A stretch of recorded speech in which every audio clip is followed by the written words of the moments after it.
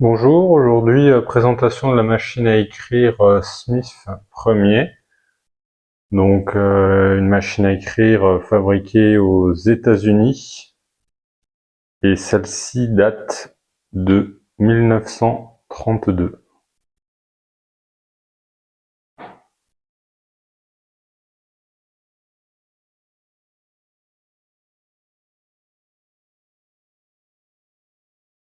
Alors à noter que cette machine a eu une réparation au niveau du du rouleau. On peut voir qu'une résine spéciale a été appliquée pour boucher quelques fissures.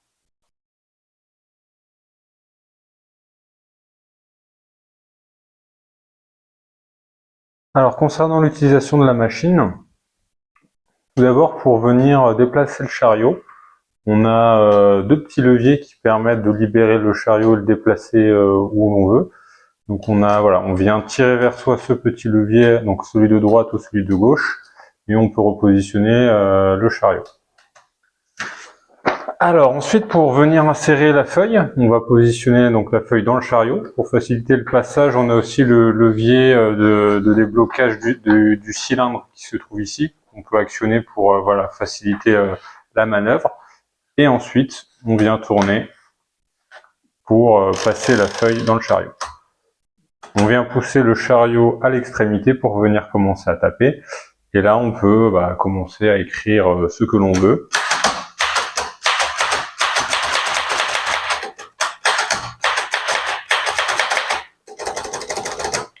Sur cette machine, la barre espace se trouve ici, le retour en arrière ici.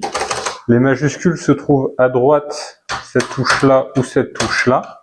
Donc pour venir taper une majuscule, on vient par exemple appuyer sur la majuscule, la touche majuscule, et appuyer sur la touche que l'on souhaite pour écrire en majuscule.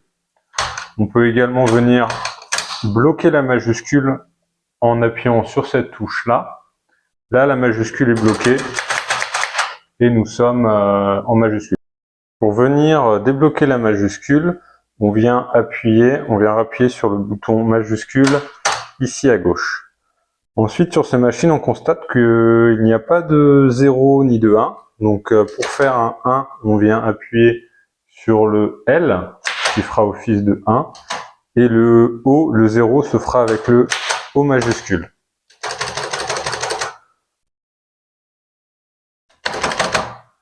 Alors pour venir appliquer un accent circonflexe, on vient d'abord appuyer sur la lettre sur laquelle on veut appliquer l'accent, puis on appuie sur la touche accent circonflexe et on revient en arrière.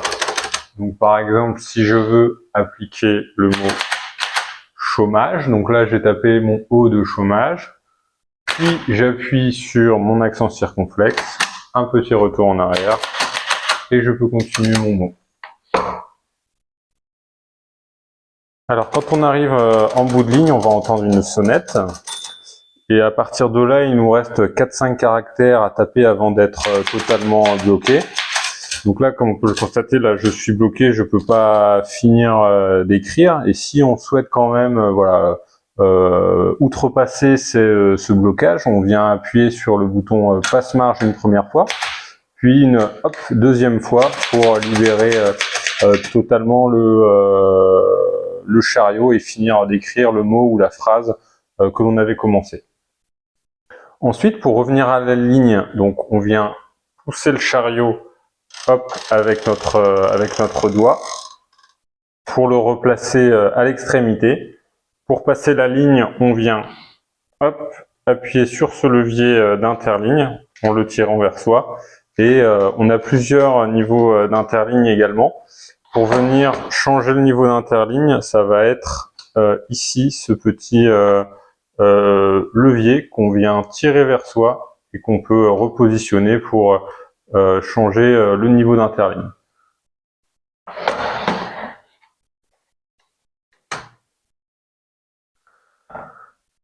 Ensuite, on va avoir la tabulation qui va nous permettre de sauter différents crans donc de 10 en 10 pour éventuellement réaliser des tableaux. Donc ça vient se gérer avec la touche ici à droite, Tab. Également à droite, on va avoir le sélecteur de couleurs qui va pouvoir nous permettre de changer de couleur soit en rouge, soit en noir. À l'arrière de la machine, on va retrouver nos marges. Donc la marge gauche et la marge droite, on va pouvoir régler et l'ajuster en fonction de nos souhaits. Concernant le ruban, on peut en trouver facilement sur internet.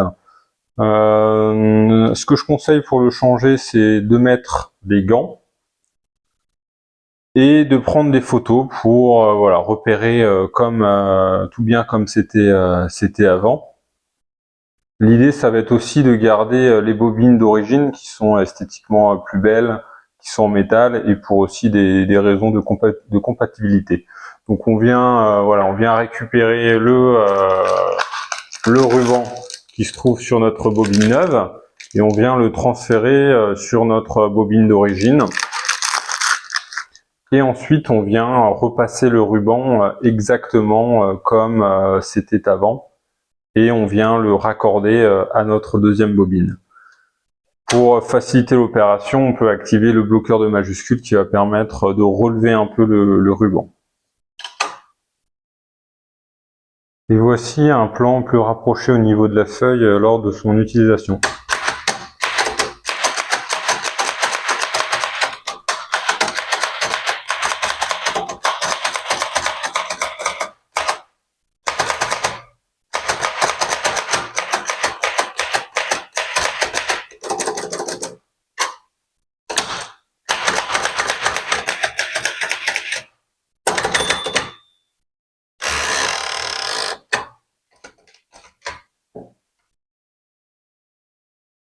Pour venir remettre la coque par-dessus la machine, il va falloir venir positionner ces loquets là sur ceux de la coque qui se trouve ici.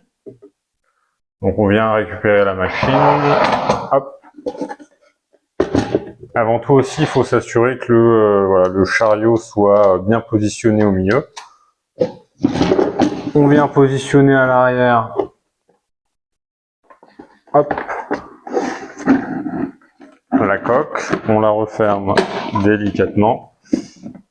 Ici, on vient s'assurer que le loquet, hop, rentre. Et on vient verrouiller en appuyant sur ce petit loquet et en le positionnant sur la droite. Voilà, la machine est bien rangée.